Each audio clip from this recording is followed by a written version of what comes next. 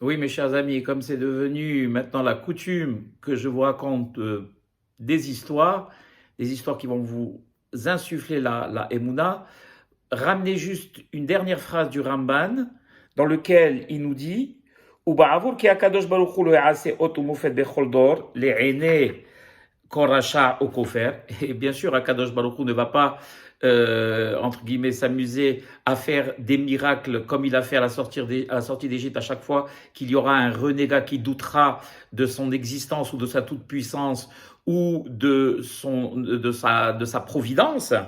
Ça, il va pas le faire à chaque fois, il va pas bouleverser les lois de la nature tous les matins. Il nous a ordonné qu'on se rappelle qu'on ait des moyens mémotechniques pour nous rappeler, et c'est ce qu'on fait justement le soir du Seder, qu'on puisse, comment dirais-je, matérialiser ces miracles à l'époque de l'Égypte en les racontant à nos enfants. Et comme il est marqué, la mitzvah principale de cette fête de Pessah, que Veigat Alebincha, Bayom Hahu. Et tu raconteras ce soir-là, Ba'avur ze, Asali Hashem et Tzetiv Mitzrayim, Besha'a Shematza Umaror, Munahim Lefanecha, au moment où il y a la galette et le Maroc qui est à côté, en même temps matérialiser, rendre des choses concrètes et raconter à nos enfants et à nos petits-enfants ce qu'Akadosh Baruch Hu a fait à la sortie d'Égypte pour ne pas qu'on ait besoin, à chaque fois que Dieu en préserve, qu'il y ait un doute qui subsiste, d'ailleurs c'est pour cela que les mitzvot, la plupart des mitzvot, c'est toujours Zechel Etziat Mitzrayim, Zechel Etziat Mitzrayim. À chaque fois, on ramène tout à Etziat Mitzrayim pour justement ne jamais oublier et ne pas avoir besoin encore d'un bouleversement naturel des choses pour pouvoir, Hamavdi, croire en la toute-puissance et en la providence divine. Et l'histoire, elle nous est ramenée justement dans Tnuat HaMussar, par Rabbi Israël Mitsalend, Zecher Tzadik Kadosh Libracha. Rabbi Israël Mitsalend, le maître de la morale et donc du Moussar, se rendait très souvent pour aller ramasser de l'argent pour les pauvres, pour sa yeshiva, un peu partout, donc en Russie. Et un jour, il avait l'habitude, lui, de dormir dans une auberge où l'aubergiste le recevait comme il se devait. Et c'était donc, il habitait, lui, à la ville de Mamal. Et il est allé donc dans cette petite auberge et il a remarqué que le patron de l'auberge avait changé, qu'il était moins enthousiaste, il était moins prompt au niveau des mitzvot, il faisait les choses avec moins de ferveur. Et ça l'a interpellé à Rabbi Israël. Et il a posé la question à l'aubergiste. Il lui dit, mais qu'est-ce qui se passe? Pourquoi est-ce que tu as moins d'enthousiasme? D'habitude, tu es plus zarise, tu es plus prompt dans la réalisation des mitzvot. Et là, je remarque que tu fais les choses avec moins de ferveur. Qu'est-ce qui se passe? Alors, l'aubergiste lui a dit, maître, moi, j'ai beaucoup changé et depuis votre dernière visite, eh bien, une fois, j'étais dans mon auberge et il y a un juif, un renégat qui est rentré et qui m'a dit, écoute, arrête de croire que Dieu en préserve en Dieu. Eh bien, il n'y a pas de let din velet dayan, il n'y a pas de providence divine, il n'y a pas de justice, il n'y a pas de Dieu que Dieu en préserve. Et pour te le prouver, il a demandé à un ami à lui d'amener une saucisse de porc et lui dit voilà, à l'aubergiste, il lui a dit la chose suivante, je vais mettre cette saucisse de porc dans la bouche, je vais la manger, et s'il y a vraiment un Dieu, alors normalement je devrais mourir. S'il y en a pas, comme j'en suis persuadé, tu verras que rien ne se passera. Il prend la saucisse, il la met dans sa bouche, il la mange, et bien sûr, Rov de la Chutzpah, il rote après avoir mangé et dit à l'aubergiste, ben, tu as vu, regarde, j'ai absolument rien, je me porte très très bien, donc tu vois, il n'y a pas ni justice, ni juge, ni la din velet dayan.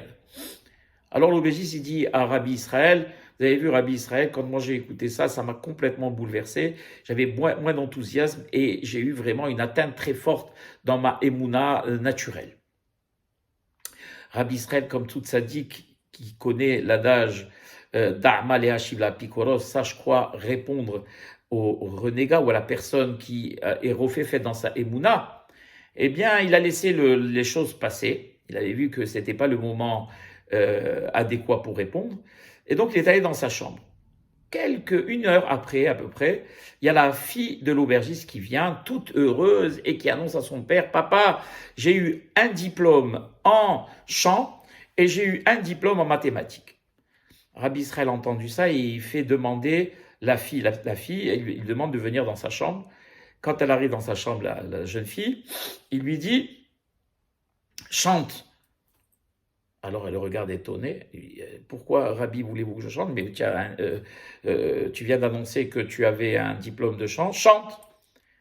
Elle lui a dit non, Rabbi, si je devais chanter devant chaque personne qui me le demande, je paraîtrais pour quelqu'un de... Et donc elle a tenu tête. Et donc Rabbi Israël convoque le père. Et il dit, ta fille n'est pas bien éduquée. Je lui demande de chanter et elle veut pas chanter.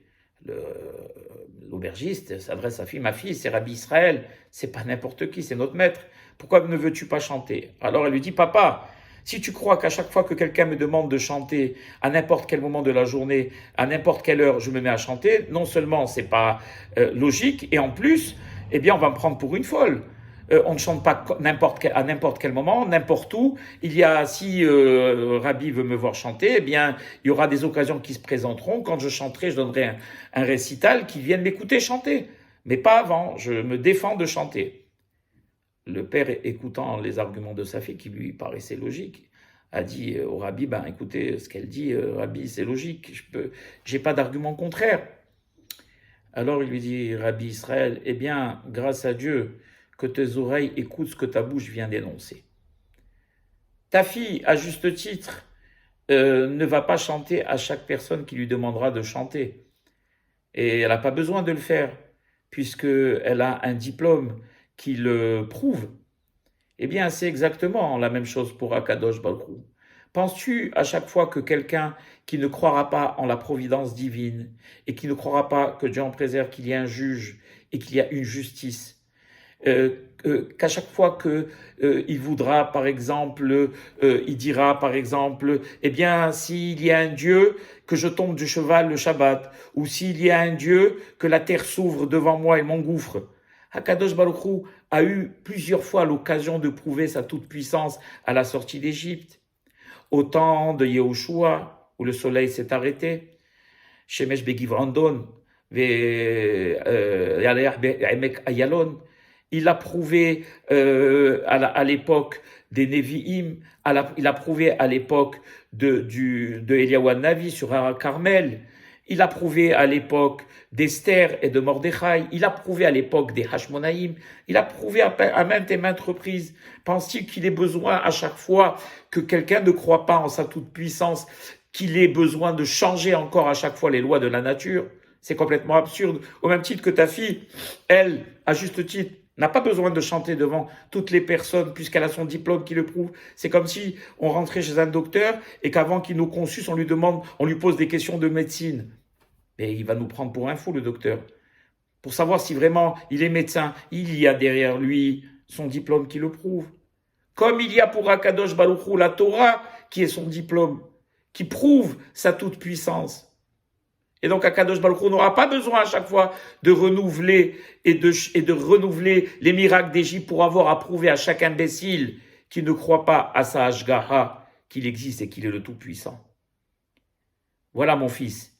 Si tu as compris cela, tu ne douteras plus de la toute-puissance de Akadosh Baruch Hu. Akadosh Baruch Hu utilise le système qui est Ma'arich Apé Ongabedile.